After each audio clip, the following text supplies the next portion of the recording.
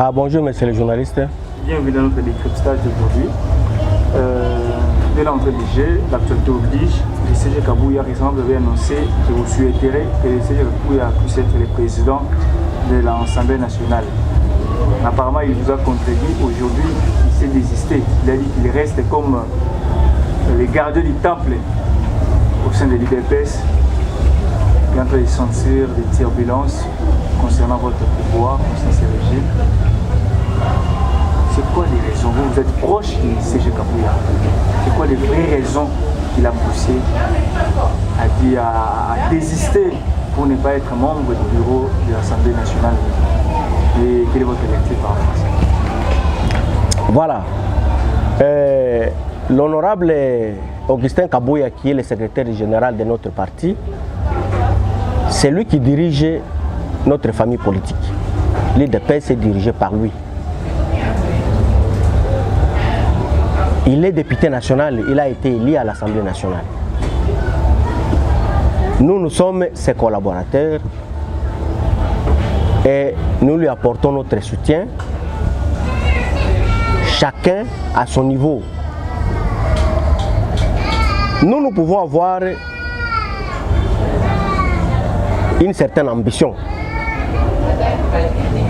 n'est-ce pas, que nous pouvons lui faire porter. Nous pouvons faire porter le secrétaire général Augustin Kabouya cette ambition-là. Nous pouvons avoir un souhait.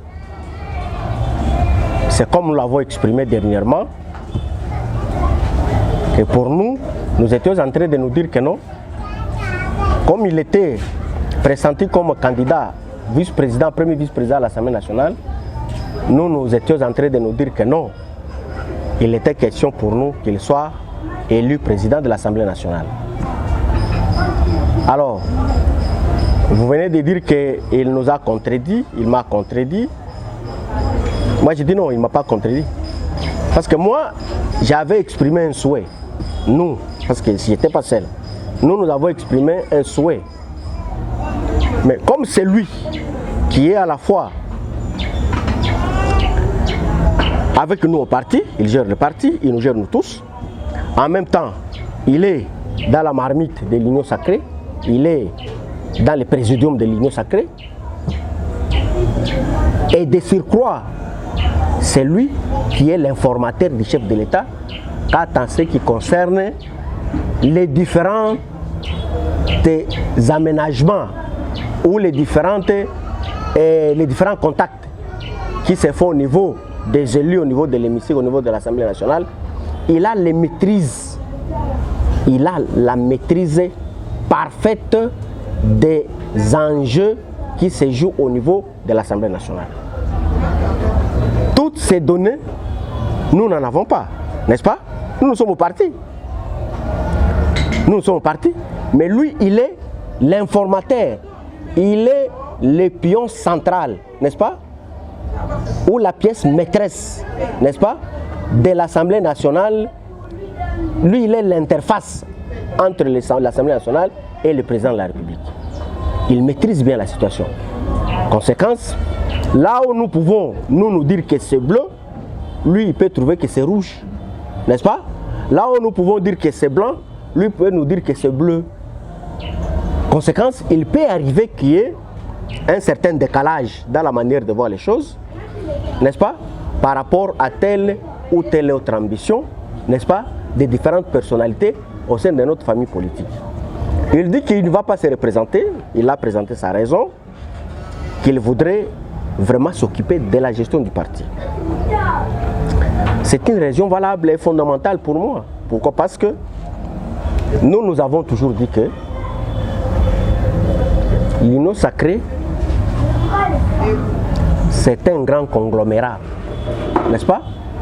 En matière d'entreprise, un conglomérat, c'est un ensemble d'entreprises ou de petites entreprises qui se constituent en vue, n'est-ce pas, d'avancer ensemble vers un objectif commun. De la même façon, l'Union sacrée, c'est un conglomérat politique, n'est-ce pas? Alors, dans ce conglomérat, vous trouvez les gens de tous bords, n'est-ce pas? Et les gens qui ont des différentes ambitions. Il peut se faire que le secrétaire général Augustin Kabouya trouve que non, ça serait dangereux pour que lui puisse occuper les postes du vice-président de l'Assemblée nationale ou même du président de l'Assemblée nationale. Pourquoi? Parce que notre parti, notre famille politique sera perdante. Vous voyez? Et pourtant, nous ne misons pas sur ces mandats seulement, nous misons sur la vie de ce parti, n'est-ce pas? Nous misons sur la vie de ce parti. Si aujourd'hui, le secrétaire général Augustin Kabouya devient vice-président de l'Assemblée nationale, puis il a des intérêts, il aura beaucoup d'argent, n'est-ce pas? Personnellement, d'abord lui, parce que c'est lui qui a été élu. S'il est élu vice-président de l'Assemblée nationale, il aura encore beaucoup d'argent. Mais il nous a dit clairement que ce ne sont pas ses intérêts qui l'intéressent lui, n'est-ce pas? Ce ne sont pas ses intérêts, ce sont les intérêts du parti qui l'intéressent. Ce sont les intérêts du parti qui l'intéressent. Et comme c'est les intérêts du parti qui l'intéressent, il est vrai que nous aussi nous puissions l'appuyer en ce sens-là, n'est-ce pas? Et il faut savoir qu'au fur et à mesure que le temps avance, au fur et à mesure que les choses doivent changer, parce que la politique est dynamique.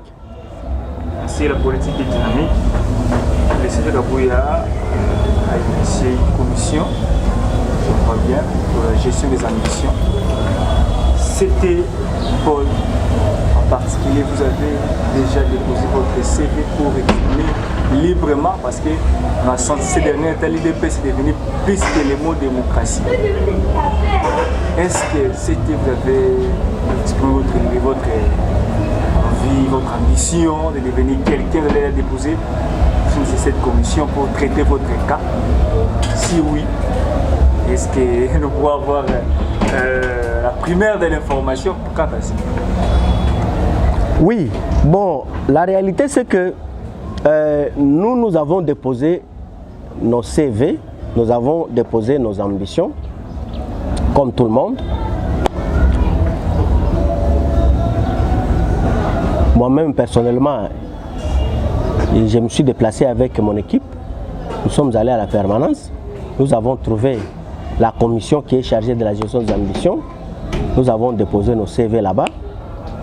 Dans nos CV, chacun a mis ses ambitions. Moi, j'ai mis mes ambitions à moi. Alors, moi, je peux avoir un souhait, comme je le disais, je peux avoir le souhait d'être, par exemple, membre de la diplomatie. Mais le parti trouve que non. En tout cas, le parti a besoin de m'utiliser pour d'autres fins. N'est-ce pas? Moi, je crois que la primaire, je vais la réserver au parti. C'est la réalité. Mais au moins, ayant déjà fait du temps à l'IDPS, ayant passé toute ma jeunesse au sein de l'IDPS, n'est-ce pas? Moi, je ne suis pas un arriviste au sein de l'IDPS. Je suis à l'IDPS il y a déjà plus de 25 ans à l'IDPS. Ce qui fait que, étant donné que je suis à l'IDPS pendant plus de 25 ans, il est vrai que l'IDPS me connaît. L'IDPS connaît mes capacités parce que j'ai exercé des fonctions au sein du parti. N'est-ce pas? J'ai exercé des fonctions. N'est-ce pas? Pour ne pas les citer. J'ai été à la cellule. J'ai travaillé à la cellule pendant plusieurs années. J'ai travaillé à la section pendant plusieurs années. J'ai travaillé à la fédération pendant plusieurs années. N'est-ce pas? Et je suis allé jusqu'à travailler au niveau de structures, au niveau national. N'est-ce pas? Ce qui fait que je ne suis pas quelqu'un, n'est-ce pas, qui n'est pas connu au sein de l'IDPS. À l'IDPS, on sait que je suis enseignant d'université, n'est-ce pas? Alors, étant donné que je suis enseignant d'université, il est clair, n'est-ce pas, que le parti, spécialement le secrétaire général Augustin Kabouya, qui est le patron, n'est-ce pas, de la gestion des ambitions aujourd'hui, parce que c'est lui qui a nommé la commission va lui remettre tous les rapports, n'est-ce pas, et il va voir, nous tous qui avons déposé nos CV, n'est-ce pas, qui peut faire quoi, n'est-ce pas ça? Il peut arriver que l'ambition que moi j'avais, mon frère ici, Daniel, ait la même ambition, n'est-ce pas? Ou que ce soit Reddy qui a la même ambition, ou que ce soit Nathan qui a la même ambition, ou plusieurs autres, n'est-ce pas? C'est le parti qui va nous départager, n'est-ce pas ça? C'est le parti qui va nous départager. Donc ce qui fait que la réalité c'est celle-là. J'ai des ambitions, mais ce qui est vrai, c'est que Bon, c'est difficile ici, monsieur le ministre, de vous dire voilà l'ambition que moi, que je me tape au sein de l'UDPS. C'est difficile que je vous dise ça, n'est-ce pas? Pourquoi? Parce que moi, j'exprime une ambition, mais les partis, n'est-ce pas, sera à mesure de pouvoir normalement me placer là où les partis veulent que je puisse travailler, là où je puisse produire les meilleurs de moi-même. N'est-ce pas ça? De la même façon, au sein du parti, il y a des fonctions que j'ai jouées, n'est-ce pas, sans que moi-même je puisse arriver à l'exprimer, n'est-ce pas? Je me réveillais, on me disait désormais, M. Koutoundoua, voilà, vous allez travailler en tant que vice-président de la section Kingaboua, n'est-ce pas? Et on m'a nommé et j'ai commencé à travailler, n'est-ce pas? Voilà. Merci beaucoup. Alors, on peut parler concernant de la première ministre, Madame Judith Suminwa, récemment nommée par le chef de l'État, 10 jours après.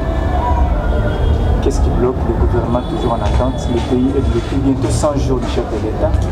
Êtes-vous fier de ces 100 premiers jours du chef de l'État dont le gouvernement n'est pas encore, on ne sait pas encore qui sera ministre, nous sommes bloqués? Bon, je crois que la sortie du gouvernement, c'est de la responsabilité des acteurs politiques, dans leur majorité. Or, nous savons aujourd'hui que, constitutionnellement par là, c'est l'Assemblée nationale, ce sont les élus, les regroupements et les familles politiques qui doivent être, qui ont la responsabilité, n'est-ce pas, de se choisir ou de proposer les différentes personnalités pour occuper les postes ministériels. Alors,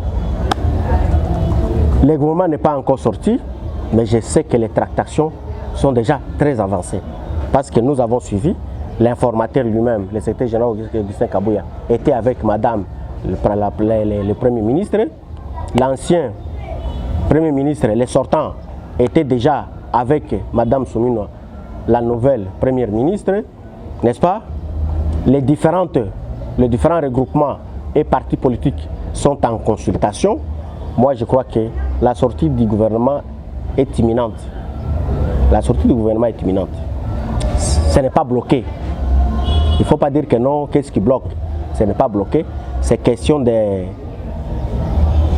quelques jours. D'ici quelques jours, le gouvernement sera mis en place. Pensez-vous que Mme Soumou peut faire mieux que d'autres premiers ministres nommés en ville comme c'est une première en RDC d'avoir le chef du gouvernement une femme? Oui. Moi, je suis très confiant envers cette dame-là. Je suis très sûr qu'elle va faire des surprises agréables. Elle va faire des surprises agréables, cette dame-là. Elle va surprendre agréablement les gens. Ça, c'est une vérité.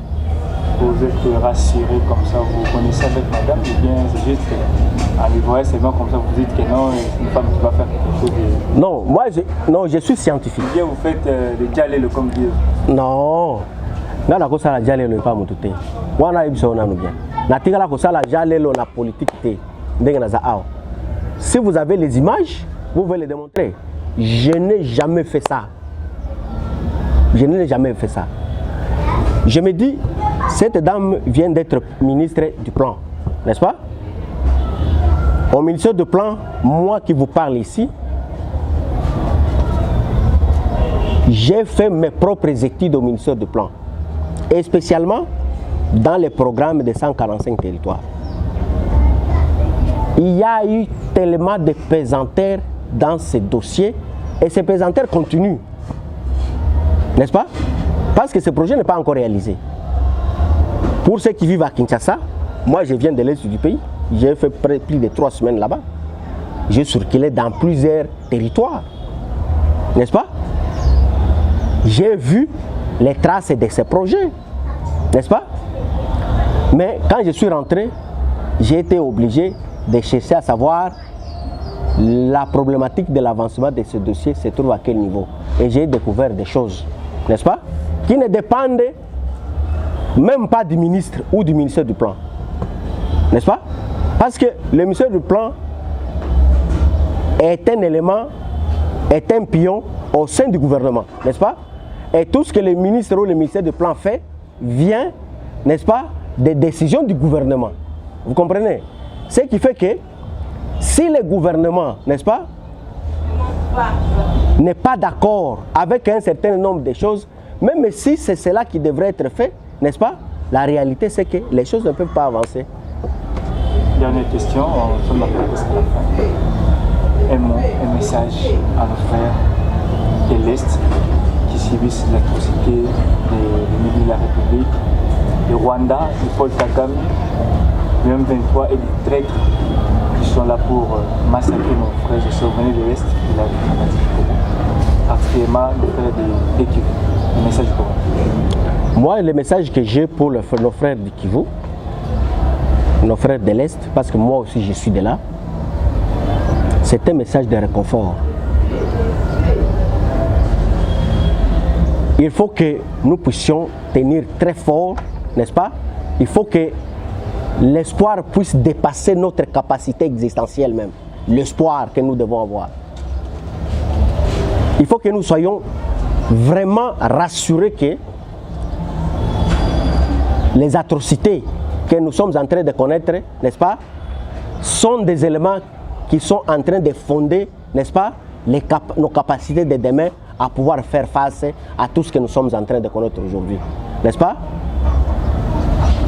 Et c'est là que j'en appelle au gouvernement qui est en train d'être préparé, le gouvernement qui va arriver, et aux institutions, nouvelles institutions, n'est-ce pas, qu'elles soient nationales ou provinciales ou locales, n'est-ce pas? Il faudrait que tout ce que nous avons connu, tout ce que nous sommes en train de connaître, n'est-ce pas, constitue les piliers de la résilience, donc de ce que nous appelons la résilience, n'est-ce pas? La résilience. Il faut que tout ce que nous sommes en train de connaître comme difficulté, sur le plan même des guerres, sur le plan économique, sur tous les plans, puissent être des éléments qui vont fonder notre avenir de demain. C'est ça la réalité.